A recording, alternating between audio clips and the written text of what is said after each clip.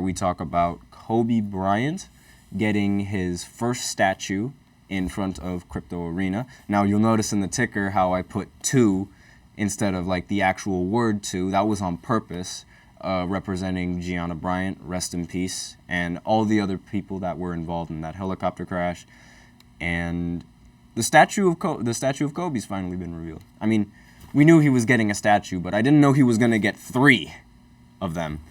This statue is, it's a pose of him pointing up to the sky, and it's symbolic of his walk-off 81-point game, the second highest scoring performance behind Wilt Chamberlain's 100 points.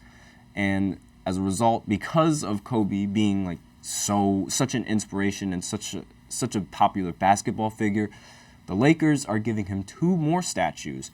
One of them being with the 24 jersey on, because in this statue he's wearing the number 8, and in the other statue it's going to include Gigi in that statue along with Kobe. So definitely a great tribute for the Lakers. Obviously, we all know how inspirational Kobe Bryant is, Mamba mentality, and he definitely deserves these statues. And I believe once those 2 statues are revealed, he's going to be the first NBA player with multiple statues outside of the home arena.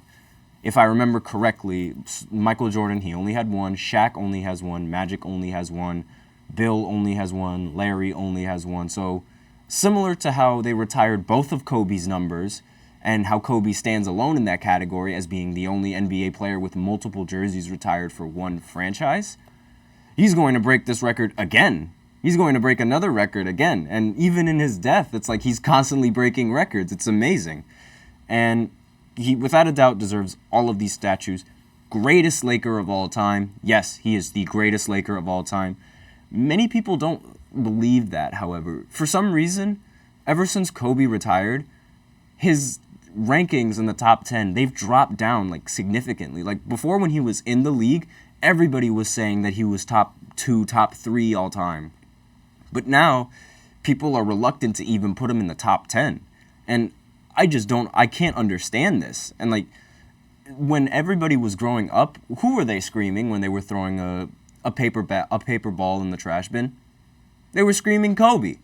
How on earth does he drop from all the way from like top 3, top 5, down to the bottom tier of the top 10 to not even being in the top 10? Like, that just, it's infuriating to me, and it's like, it's disrespectful. And a lot of people, when they hear this, they sort of think, oh, you're only saying that because he died. No.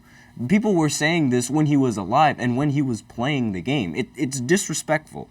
He's in my top 3. The top 3 in mine are LeBron, Jordan, and Kobe Bryant. Obviously, you could say what you want about that, but that's my top 3. Do you want me to give you my top 5, my top 10? Let me know in the comments if you'd like to hear my top 10, and I can have a whole segment about that. But obviously, like a lot of people would have like someone like Tim Duncan in their top 5, which I understand.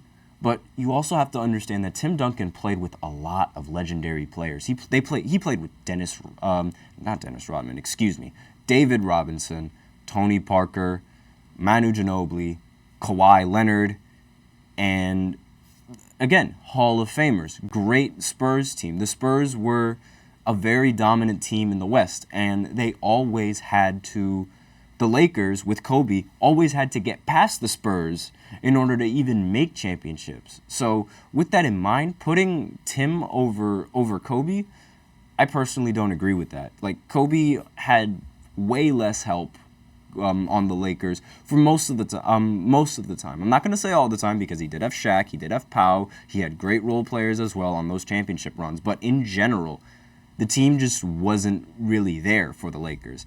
And another argument for Kobe not being in the top 10 is that he's too close to MJ. Isn't MJ considered by many the greatest basketball player of all time? He's not considered it to me. I think LeBron is better than him, but he's top 2, in my opinion, which is not bad at all whatsoever. So Kobe being that close, like the closest thing that we've seen to MJ, shouldn't that mean something? Like, we haven't seen any other player model their game after Michael Jordan the same way Kobe modeled his game after Michael Jordan. And he did it almost to perfection. Obviously, Michael Jordan was much more efficient than Kobe Bryant, didn't take as many shots as Kobe Bryant, given how Kobe has the most missed field goals in NBA history. I am a Kobe fan, but I'm not going to be delusional and not say he didn't shoot a lot of shots, a lot of bad shots. But at the same time, all of this factors in to like him being like the greatest player, being one of the greatest players, being so close to Michael Jordan. It's an accomplishment, and it should be taken not just with a grain of salt, but it should be taken with a lot more magnitude than what it really is, because a lot of people don't understand how difficult it is to mimic MJ's game.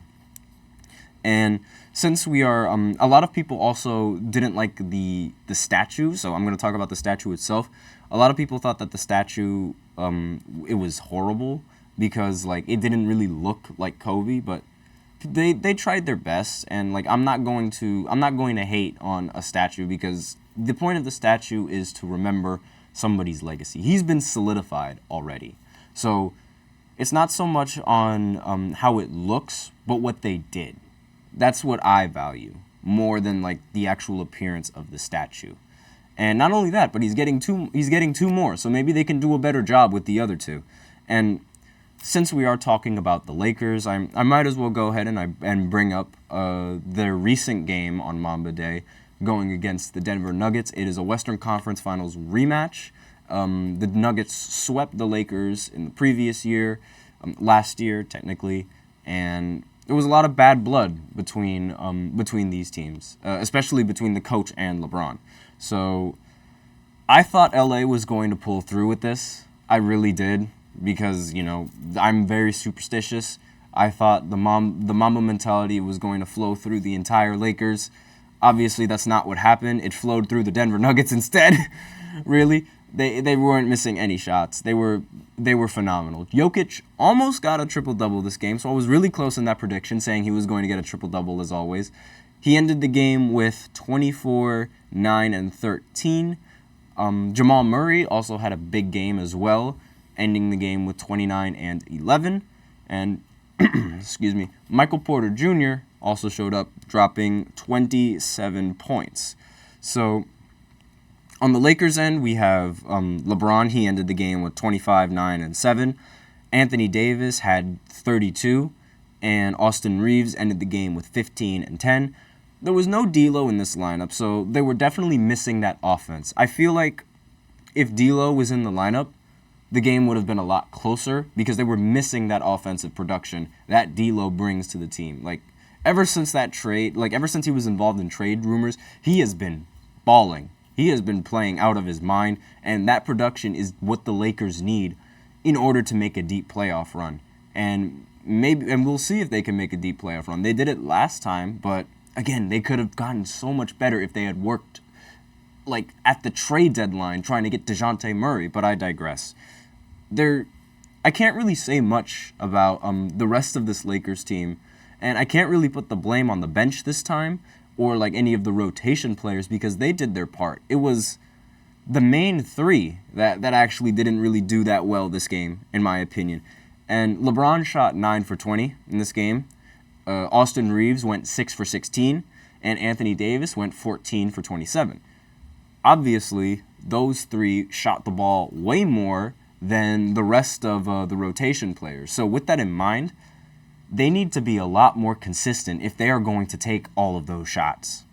Like, the Lakers can't afford, LeBron can't afford to go 9 for 20 in the playoffs. He simply cannot afford to do that. Otherwise, that's just giving up possessions, and that's just allowing the other team more opportunities to score.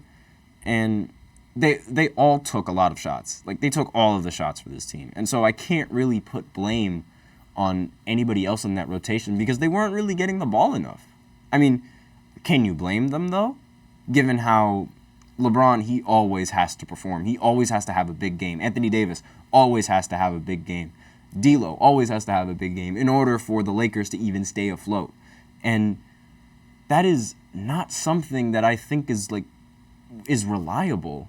in my personal opinion. Like, constantly, obviously, like, I will never doubt LeBron and his greatness, and I will always rely on him in any type of game scenario. But doing it consistently, given his age, is a serious, serious task. And it's not something that, like, obviously LeBron has yet to activate playoff mode, so I guess you could say he hasn't really been that serious, given how these regular season games are going. But still, like, this team needs to be ready for the playoffs, and as of right now, it doesn't really look like they have enough production on the team other than those 3 guys that I mentioned, well, 4 guys that I mentioned, to produce for them. And Austin Reeves, he's not doing well. Like, he's so overrated, in my opinion. The Lakers, like, again, I mentioned this on previous podcasts, how he was 9th in All-Star voting. Why? Why was he 9th in All-Star voting? He's practically a 6th man. He doesn't produce nearly as much as he compared to other guards in the Western Conference. Like, it's unfair. It's really bad. Like, this Lakers lineup, I'm really upset at the fact that they did not make any moves in the trade deadline, and they think that they're all right with the lineup simply because they've got LeBron. And yes, LeBron is the greatest basketball player ever, but every great basketball player needs help if they want to win a championship. A lot of people actually they try to minimize that help, and they like try to downgrade downplay LeBron's legacy because like he needs help. Did Michael Jordan make it to the finals without Scottie? Did he? No, he didn't. Did Kobe do anything without Shaq? I mean, yes, he did, but he also had Powell in the lineup. Like, that's help. That's the type of help that you need to like win championships. You always need that second option. And like, I understand like AD is there as like, and that's his second option, but on top of having a second option, you also need to have a competent bench and a competent rotation. There's a lot of aspects that go into winning a championship rather than just one player. And putting like all the responsibility on one player, it's not going to get you anywhere. It's not going to get you far. I mean, granted, LeBron he's done it before. Yes, he's done it before where he's been the only like player to worry about on the offensive end.